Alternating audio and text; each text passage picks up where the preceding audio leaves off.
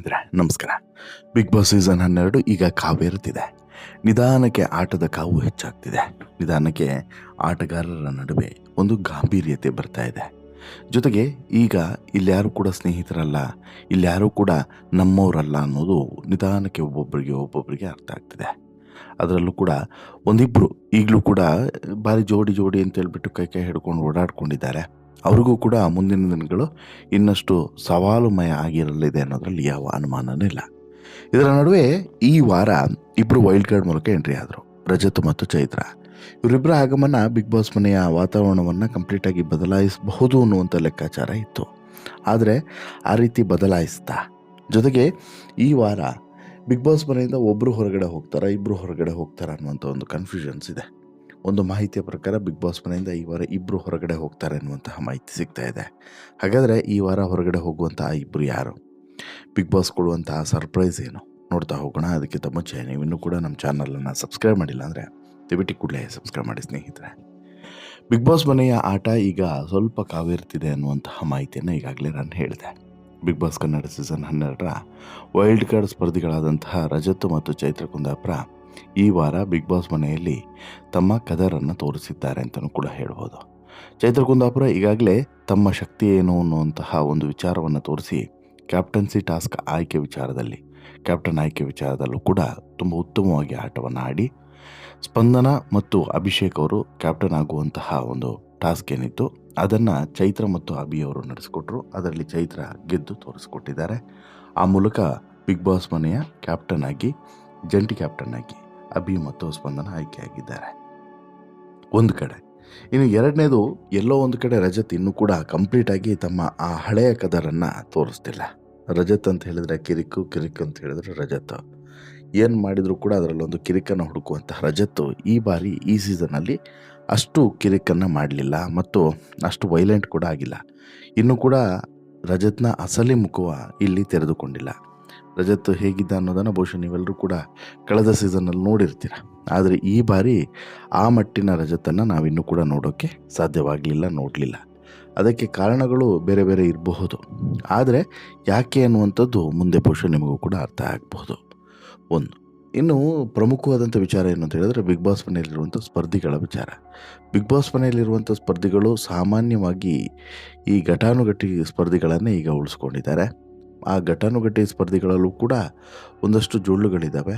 ಆ ಜೊಳ್ಳುಗಳು ಈ ವಾರ ಅಥವಾ ಮುಂದಿನ ವಾರ ಹೋಗುತ್ತೆ ಅನ್ನುವಂತಹ ಮಾತುಗಳು ಕೂಡ ಕೇಳಿ ಬರ್ತಿದ್ದಾವೆ. ಯಾಕಂತ ಹೇಳಿದ್ರೆ ಆಟದ ಕ್ವಾಲಿಟಿ ಮತ್ತು ಆಟದಲ್ಲಿ ಇರಬೇಕಾದಂತಹ ಗಾಂಭೀರ್ಯತೆ ಒಂದಷ್ಟು ಜನ ಸ್ಪರ್ಧಿಗಳಲ್ಲಿ ಕಾಣಿಸ್ತಿಲ್ಲ.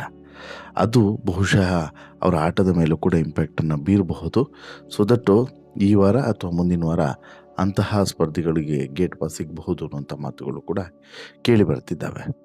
ಈ ವಾರ ನಾಮಿನೇಟ್ ಆಗಿರುವಂತಹ ಸ್ಪರ್ಧಿಗಳು ಒಂದು ಕಡೆ ಆದರೆ, ಮತ್ತೊಂದು ಕಡೆ ಈ ವಾರ ಬಿಗ್ ಬಾಸ್ ಮನೆಯಿಂದ ಹೊರಗಡೆ ಹೋಗೋದು ಒಬ್ಬರಲ್ಲ ಇಬ್ಬರು ಅನ್ನುವಂತಹ ಮಾತುಗಳು ಕೂಡ ಕೇಳಿ ಬರ್ತಿದ್ದಾವೆ.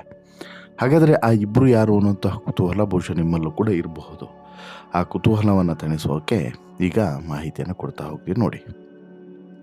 ಸಾಮಾನ್ಯವಾಗಿ ಬಿಗ್ ಬಾಸ್ ಮನೆಗೆ ಬರುವಂಥ ಸ್ಪರ್ಧಿಗಳು ಒಂದು ಭಾಗ, ವೈಲ್ಡ್ ಕಾರ್ಡ್ ಮೂಲಕ ಬರುವಂಥ ಸ್ಪರ್ಧಿಗಳು ಮತ್ತೊಂದು ಭಾಗ.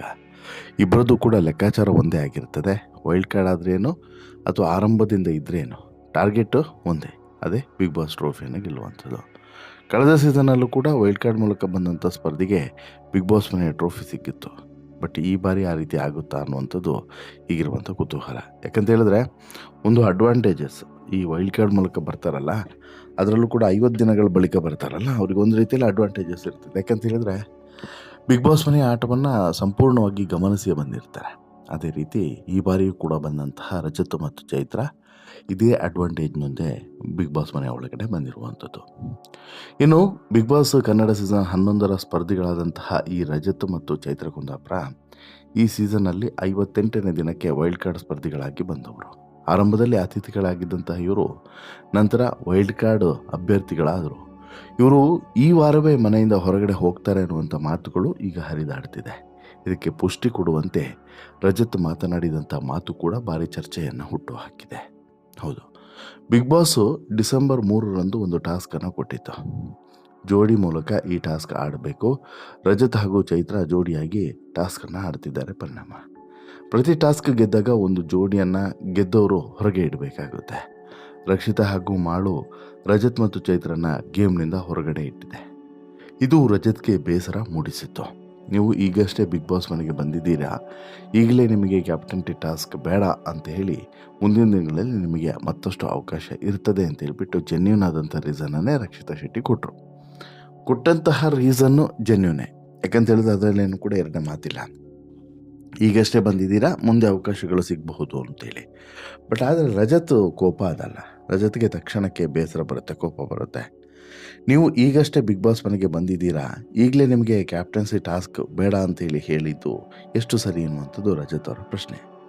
ಮುಂದಿನ ವಾರಗಳಲ್ಲಿ ನಾವು ಇರ್ತೀವಿ ಅಂತ ಹೇಳ್ಬಿಟ್ಟು ಹೇಗೆ ಹೇಳ್ತೀರಾ, ನಾವು ಇದೇ ವಾರ ಹೋಗ್ಬಿಟ್ರೆ ಅಂತ ಹೇಳ್ಬಿಟ್ಟು ರಜತ್ ಪ್ರಶ್ನೆಯನ್ನು ಮಾಡಿದ್ದಾರೆ. ಅಂದರೆ ಈ ವಾರ ಚೈತ್ರ ಹಾಗೂ ರಜತ್ ಇಬ್ಬರು ಕೂಡ ನಾಮಿನೇಟ್ ಆಗಿಲ್ಲ. ಹಾಗಿದ್ರೆ ಅವರು ಈ ವಾರ ಹೋಗೋಕ್ಕೆ ಹೇಗೆ ಸಾಧ್ಯ ಅನ್ನೋದು ಅನೇಕರ ಪ್ರಶ್ನೆ. ಅವರು ಈ ವಾರ ಹೊರ ಹೋಗೋದು ಫಿಕ್ಸ್ ಅನ್ನುವಂಥ ಮಾತುಗಳು ಕೂಡ ಕೇಳಿ ಬರ್ತಿದೆ. ಯಾಕೆ ಅಂತೇಳಿ ಹೇಳಿದ್ರೆ, ರಜತ್ ಮತ್ತು ಈ ಚೈತ್ರ ಇಬ್ರಿಗೂ ಕೂಡ ಕಳೆದ ಸೀಸನ್ನಲ್ಲಿ ಒಂದು ಅವಕಾಶ ಸಿಕ್ಕಿದೆ. ಈಗ ಮತ್ತೆ ಅವಕಾಶವನ್ನು ಕೊಟ್ಟರೆ ಒಂದು ಈಗ ಹಾಲಿ ಇದ್ದಂಥ ಸ್ಪರ್ಧಿಗಳಿಗೆ ಮೋಸ ಮಾಡ್ದಂಗೆ ಆಗುತ್ತೆ. ಹಾಗಾಗಿ ಬೇಡ, ಅವರಿಂದ ಒಂದಷ್ಟು ಆಟಗಳನ್ನು ಆಡಿಸೋದು, ಒಂದಷ್ಟು ಟ್ವಿಸ್ಟ್ಗಳನ್ನು ಕೊಡಿಸೋದು, ನಂತರ ಹೊರಗಡೆ ಕಳಿಸುವಂಥದ್ದು, ಅವರನ್ನು ಹೊರಗಡೆ ಕಳಿಸುವಂಥ ಲೆಕ್ಕಾಚಾರವನ್ನು ಬಿಗ್ ಬಾಸ್ ಟೀಮ್ ಹಾಕಿಕೊಂಡಿದ್ಯಂತೆ ಅನ್ನುವಂತಹ ಒಂದು ವಿಚಾರ ಈಗ ಸೋಷಿಯಲ್ ಮೀಡಿಯಾದಲ್ಲಿ ಚರ್ಚೆ ಆಗ್ತಿದೆ. ಅಂದರೆ ಮಾಹಿತಿಯ ಪ್ರಕಾರ ಈ ವಾರನೇ ರಜತ್ ಮತ್ತು ಚೈತ್ರ ಕುಂದಾಪುರ ಬಿಗ್ ಬಾಸ್ ಮನೆಯಿಂದ ಹೊರಗಡೆ ಹೋಗ್ತಾರೆ.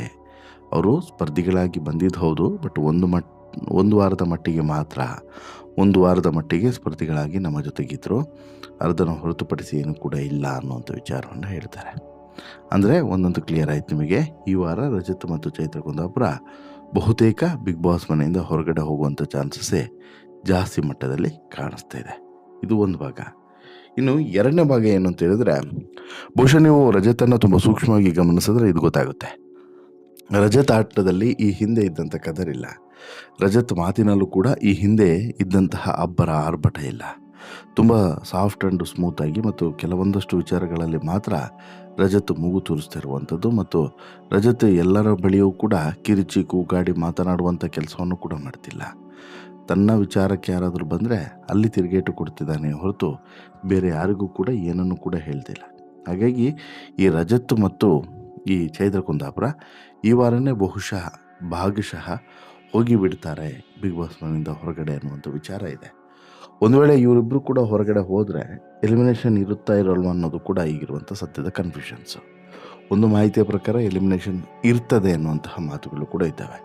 ಇವರಿಬ್ಬರನ್ನ ಹೊರಗಡೆ ಕಳಿಸೋದ್ರೂ ಕೂಡ ಇರ್ತದೆ ಎಲಿಮಿನೇಷನ್ ಅನ್ನುವಂಥ ಮಾಹಿತಿ ಇದೆ. ಒಂದು ವೇಳೆ ಈ ವಾರ ಎಲಿಮಿನೇಷನ್ ಮಾಡಿ ಮುಂದಿನ ವಾರ ಒಂದು ವಾರ ಇರಲಿ ಅಂತಲೂ ಕೂಡ ಕೂರಿಸಿ ಮತ್ತೆ ಮುಂದಿನ ವಾರ ಇವರಿಬ್ಬರನ್ನ ಹೊರಗಡೆ ಕಳಿಸ್ತಾರೋ, ಅಥವಾ ಇಲ್ಲ ಮಧ್ಯದಲ್ಲಿ ಯಾವಾಗಾದರೂ ಹೊರಗಡೆ ಕಳಿಸ್ತಾರ, ಕಾದು ನೋಡಬೇಕು. ಬಟ್ ಒಂದಂತೂ ಸತ್ಯ ಸ್ನೇಹಿತರೆ, ಭಾಗಶಃ ಈಗ ಈ ರಜತ್ ಮತ್ತು ಚೈತ್ರ ಕುಂದಾಪುರಗೆ ಬಿಗ್ ಬಾಸ್ ಮನೆಯಲ್ಲಿ ಪೂರ್ಣಾವಧಿಯ ಆಟವನ್ನು ಆಡೋದಕ್ಕೆ ಅವಕಾಶವನ್ನು ಕೊಡೋದು ಅನುಮಾನ ಅನ್ನುವಂಥ ಅಭಿಪ್ರಾಯಗಳು ವ್ಯಕ್ತವಾಗ್ತಿರೋದಂತೂ ಸತ್ಯ ಅಂತಲೇ ಹೇಳ್ಬೋದು. ನಿಮಗೇನು ಅನಿಸುತ್ತೆ ಸ್ನೇಹಿತರೆ, ಈ ಒಂದು ಟ್ವಿಸ್ಟ್ನ ಬಗ್ಗೆ ನಿಮ್ಮ ಅಭಿಪ್ರಾಯ ಏನು? ದಯವಿಟ್ಟು ನಿಮ್ಮ ಅಭಿಪ್ರಾಯವನ್ನು ಕಮೆಂಟ್ ಮಾಡಿ ತಿಳಿಸಿ. ಜೊತೆಗೆ ಈ ಸ್ಟೋರಿ ಇಷ್ಟ ಆಯಿತು ಅಂತ ಹೇಳಿದ್ರೆ ಲೈಕ್ ಮಾಡಿ, ಶೇರ್ ಮಾಡಿ, ಚಾನಲ್ಗೆ ಸಬ್ಸ್ಕ್ರೈಬ್ ಆಗೋದನ್ನು ಮರಿಬೇಡಿ. ಧನ್ಯವಾದ.